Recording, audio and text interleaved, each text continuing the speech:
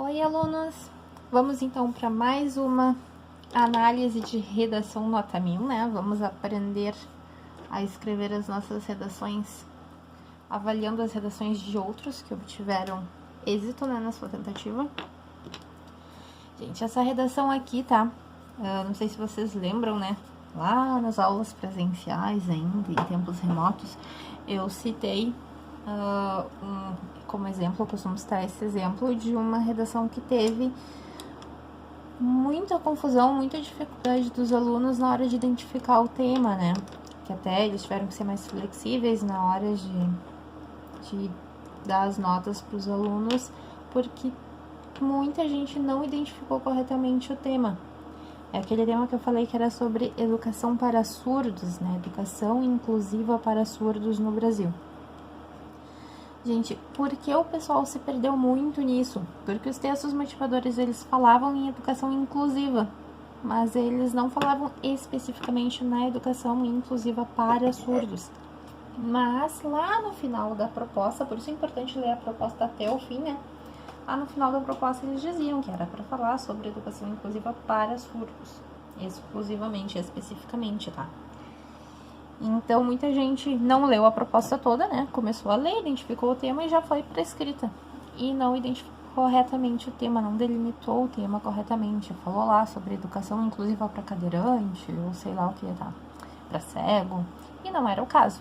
Eles queriam que falasse na educação para surdos, tá? Então, é importante identificar corretamente aí qual é o nosso tema, né? Essa é uma redação que fala sobre esse tema, que a gente vai analisar agora, né?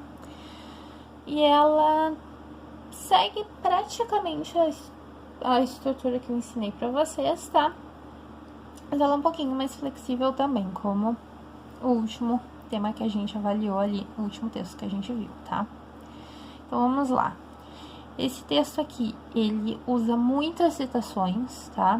Esse leitor aqui, esse candidato com certeza decorou algumas citações, mas ele fez um bom uso delas, tá? Então, ele acabou valorizando bastante o texto dele utilizando-se delas. E também ele usa muito, uma coisa que é muito importante, que vocês têm que treinar bastante, os nexos oracionais. Então, os conectivos que eu falei, né, que ligam ali as frases de vocês, as expressões, as frases que ligam um parágrafo no outro, tá? Então, ele elenca muito bem uma ideia, liga uma ideia a outra, tá? E isso valoriza bastante o texto também, porque dá sequência, dá fluidez para a leitura, tá? Então, é muito importante vocês treinarem isso. E aqui tem um bom exemplo. Tudo que eu circulei assim, ó, são conectivos, tá? Ou expressões conectivas. Vocês podem ver, ó, aqui no texto, que ele usa muitas, ó. Dessa forma, ademais, além disso, diante dos fatos supracitados, essa conjuntura, ou essa, o pronome, ó, em consequência disso, tal fato, isso, tá? Todos esses elementos fazem com que ele vá ligando uma ideia na outra, ligando um parágrafo no outro, ou seja, nenhuma ideia está perdida no texto dele, tudo está correlacionado e ele usa esses elementos para ligar as ideias. Isso é bem importante na hora de escrever o texto de vocês, tá? Já viram que tá tudo riscado, né? Mas é pra gente enxergar direitinho todas as ideias no texto, ok? Vamos lá. Senhores, então, ele começa com uma citação de Memórias Póstumas, né? Lindo, né? Do Machado de Assis. Não sei se vocês lembram da obra, né? Mas, certa feita, aparece uma moça lá que é coxa, ou seja, que é manca, né? E aqui ele já introduz a questão do preconceito aos deficientes, de forma geral, tá? Então, ele começa com essa citação assim. Na obra Memórias Póstumas de Brás Cubas, o realista Machado de Assis expõe, por meio de repulsa do personagem principal, em relação à deficiência física, e aí ele coloca a frase, né, que aparece no texto, falta fechar essas aspas, ela era coxa. A maneira, que é a frase que aparece lá, Não sei se vocês lembram, ele diz, ela era coxa, mas era bonita. Era bonita, mas era coxa. Essa é a citação, né? A maneira como a sociedade brasileira trata os deficientes. Aqui ele trouxe o tema que adiante ele delimita, né? Atualmente, mesmo após avanços nos direitos desses cidadãos, a situação de exclusão e preconceito permanece. O que ele faz aqui, gente? Ele tá mostrando o posicionamento dele, né? Tá dizendo que há exclusão na educação brasileira e que há preconceito com os deficientes na nossa sociedade, tá? Isso aqui, então, ó, toda essa frasezinha aqui é a frasezinha de posicionamento dele. Então, trouxe o tema, expôs o posicionamento, tá? Perfeito, na sequência correta, tudo direitinho. Agora, ele tem que trazer o quê? Os argumentos dele, né? Mostrar o que ele vai desenvolver no texto. Então, aqui ele diz que isso se reflete na precária condição de educação ofertada aos surdos, ó, delimitou. E diz que essa precária situação é responsável pela dificuldade de inserção social e de inserção no meio laboral, no meio de trabalho, tá? Então, aqui ele traz a questão da educação, da precariedade da educação, que é o foco principal do texto, mas já mostra que ele vai falar também sobre duas consequências dessa educação, dessa condição precária da educação, tá? O que ele fez aqui, gente? Ele não falou só de consequências ou só de causas da educação precária. Ele deu um foco demonstrando, comprovando que a educação é precária, tá? Então, ele faz um primeiro parágrafo aqui bem longo, tá? Bem mais longo que os outros dois, dando ênfase a essa questão da educação. E, por fim, ele traz dois parágrafos menores que vocês vão ver, onde ele traz duas consequências disso, que é a dificuldade de inserção social e de inserção no meio laboral, tá? Então, aqui ele mudou um pouquinho a estrutura de uma forma bem sutil, mas ainda assim tá muito claro, muito bem escrito, né? Lembrando que não era um tema fácil de desenvolver. Então, aqui ele começa falando o argumento 1 dele, né? Ele começa citando a questão da educação. Convém ressaltar, a princípio, que a má formação socioeducacional do brasileiro é um fator determinante para a permanência da precariedade da educação para deficientes auditivos no país. Então, introduziu, né, o parágrafo dele falando da precariedade da educação para deficientes auditivas e já trazendo, né, uma explicação para isso, que o que contribui é a má formação socioeducacional do brasileiro. E, a seguir, né, trouxe o ponto dele ali, ele desenvolve o raciocínio sobre isso, né? Então, introdução do parágrafo e desenvolvimento do parágrafo. Uma vez que os governantes respondem aos anseios sociais e a grande parte da população não exige uma educação inclusiva por não necessitar dela. Então, como não fala-se disso, como não há ênfase para esse assunto, né? Acaba que a população não exige. E como eles são minoria, os deficientes auditivos são uma minoria, não há ênfase nisso, não há muitas políticas públicas de incentivo, né? Porque não se pede aos políticos que se faça, que se haja, né, em nome dessa parcela da população. Continua aqui, como eu falei, né, ele faz um desenvolvimento do primeiro argumento bem mais extenso, tá? Ele continua aqui desenvolvendo o raciocínio dele. Isso, ó, elemento de retomada, o pronomezinho, né? Consoante ao pensamento, e olha aqui, ó, de Schopenhauer, né, que é um filósofo, ele traz mais uma citação, então, de que os limites do campo da visão de uma pessoa determinam o seu entendimento a respeito do mundo que a cerca, ocorre porque a educação básica, isso aqui é o pensamento que ele traz. Perceberam que ele faz uma citação indireta, tá?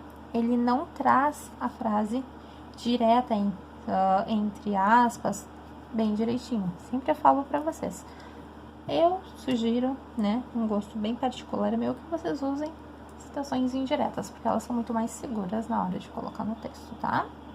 Ou seja, tragam o pensamento de um filósofo, de um escritor, mas com as palavras de vocês. E continua, né? Fala da consequência disso. Ocorre porque a educação básica é deficitária e pouco prepara os cidadãos no que tange a respeito às diferenças. E a conclusão, né, do parágrafo dele: tal fato se refere nos ínfimos investimentos governamentais. O que acaba acontecendo? Que não se investe em capacitação profissional e em melhor estrutura física, tá? Medidas que tornariam o ambiente escolar mais inclusivo para os surdos. Então, ele fala que é capacitação profissional, que ele fala dos professores, tá? E não há uma formação específica para dar suporte, né, para essas pessoas. E também a questão da estrutura física, né? Depois, ele fala sobre o segundo argumento e ele não coloca aqui na sequência em que ele cita na introdução, tá? Na introdução ele fala primeiro a questão da inserção social e depois a questão do ramo laboral. Aqui não, aqui ele inverteu. Ele fala da questão do mercado de trabalho e depois a questão social, tá? Mas problema nenhum, né? Ele citou os dois argumentos e desenvolve os dois. Vamos lá. Em consequência disso aqui, tá? Ligando, né? Um parágrafo no outro, perfeito ali. Liga, ó, um no outro, né? Em consequência disso, o quê? Do que ele falou ali no primeiro parágrafo. O primeiro argumento, eu digo, né? Em consequência disso, os deficientes auditivos encontram inúmeras dificuldades em variados âmbitos de suas vidas. Introduziu dizendo que vai falar sobre uma das dificuldades e traz qual é ela, né? Um exemplo disso é a difícil inserção dos surdos no mercado de trabalho. Como eu disse aqui, como ele está falando das consequências, não está dando ênfase à questão da educação, que era a delimitação do tema, né? Ele fala de uma forma mais curta, tá? Só 2 frases ali e ele termina o parágrafo dele.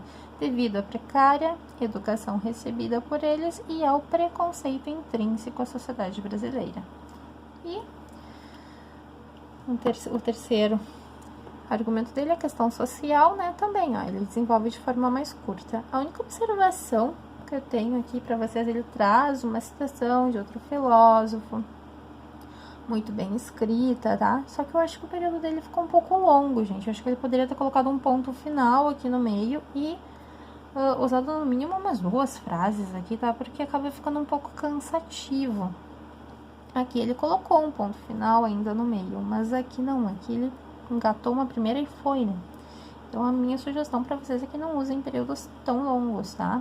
É um parágrafo inteiro, né? Poderia ter pelo menos um ponto final ali no meio, mas tudo bem.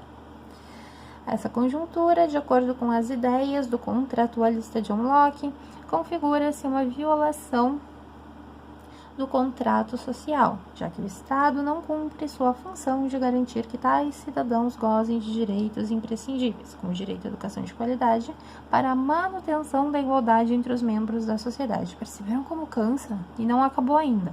O que expõe os surdos a uma condição de ainda maior exclusão e desrespeito. Tá bem escrito, tá? Tá claro, tá? Mas tá cansativo, gente. Então, ele poderia ali, né? Aqui, ó, onde ele traz a conclusão do parágrafo dele, ele poderia muito bem ter começado, né? Uma frasezinha, colocado um ponto final ali, que ia ficar bem menos cansativo, tá? Mas trouxe a questão, né?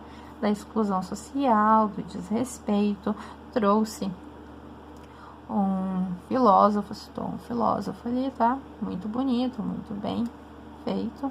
Usou ali o elemento de retomada, todos esses pontos são positivos, tá? Só ficou um pouco longo, né? E concluímos aqui. Isso aqui tudo, gente, é a conclusão dele, tá? Então, ele falou mais extensamente sobre cada uma das soluções que ele traz, mas ele fez tudo direitinho, ó. Diante dos fatos supracitados, ou seja, sempre, né, vou trazer a minha conclusão.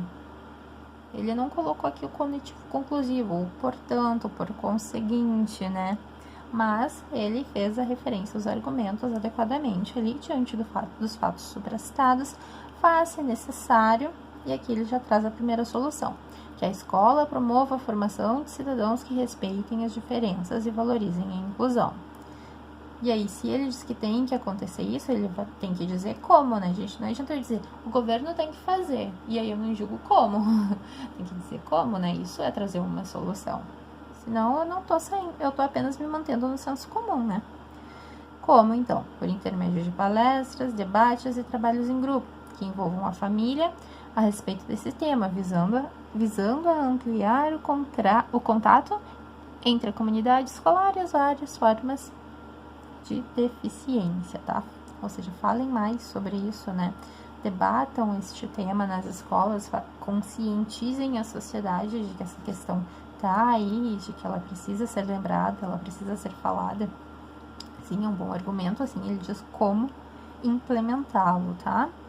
Além dessa solução, o mesmo conectivo que ele usou, né? Além disso, então, ele traz outra solução. Qual é? Que o poder público destine maiores investimentos à capacitação de profissionais, aquilo que ele já falou lá em cima, né? No primeiro, aqui, ó, no A1, o primeiro argumento dele, né? Ó, a capacitação profissional e melhor estrutura física. Ele retoma isso aqui como solução, tá? Então, ó, além disso, a capacitação de profissionais de educação especializados no ensino inclusivo e melhorias estruturais nas escolas. Então, ele trouxe novamente essa informação, né, mais elaborada, agora trazendo ela como uma solução, com o objetivo de oferecer aos surdos uma formação mais eficaz. Essa aqui é a conclusão deste parágrafo de solução dele, tá? Porque ele fez um parágrafozinho para cada solução. E mais uma solução aqui. Viram como a conclusão dele ficou bem elaborada, né? Ademais, cabe também ao Estado incentivar a contratação de deficientes por empresas privadas. Aqui é a questão laboral que ele citou, ele traz uma solução para isso, né? As empresas privadas também têm que contratar os deficientes, né? Sempre. Os concursos públicos, enfim, já tem ali uma parcela das vagas destinadas a PCD, né? Pessoas com deficiência. Mas ele está dizendo que deveria, né, ter um subsídio, né, uma parceria público-privada, a fim de que as empresas privadas também os contratem, objetivando ampliar a participação desse grupo social no mercado de trabalho. Viu? Ele disse que o Estado tem que fazer com que as empresas privadas contratem mais e disse como. Então, por meio de subsídios e parcerias público-privadas. Sempre pensem, tem que fazer tal coisa? Como? Tá? Essa é uma pergunta que é bom treinar de responder para a escrita de vocês. E faz um fechamento do texto dele, né, com a seguinte frase: dessa forma, será possível reverter um passado de preconceito e exclusão, narrado por Machado de Assis, olha, faz referência lá à citação do início do texto, e ofertar condições de educação mais justas a esses cidadãos, tá? Muito bom. Vamos lá, análise então do nosso texto, né? Atividade 1. Identifique o tema presente no texto acima. Educação para surdos no país. Educação inclusiva, poderia dizer, né? Para surdos no país. É importante delimitar que é para os surdos, tá? Então, depois, o posicionamento dele. A educação para surdos é precária e exclusiva, né? Não é inclusiva como deveria ser. Ele diz que ela é exclusiva. E os argumentos que ele desenvolveu, então, né? Primeiro é a má formação socioeducacional do brasileiro. O segundo, difícil inserção no mercado de trabalho. E o terceiro, exclusão social e desrespeito. E o que ele cita ali como soluções: formação educacional que valorize a educação. O segundo argumento ali, que ele fez um parágrafo para cada um, né? Capacitação profissional e melhorias estruturais nas escolas, que ele fala no meio do texto e retoma ali, né? E o terceiro, políticas de incentivo à contratação de deficientes por empresas privadas. Muito bem, senhores. Releiam aí o texto, continuem treinando e até a nossa próxima aula. Um abraço e tchau, tchau!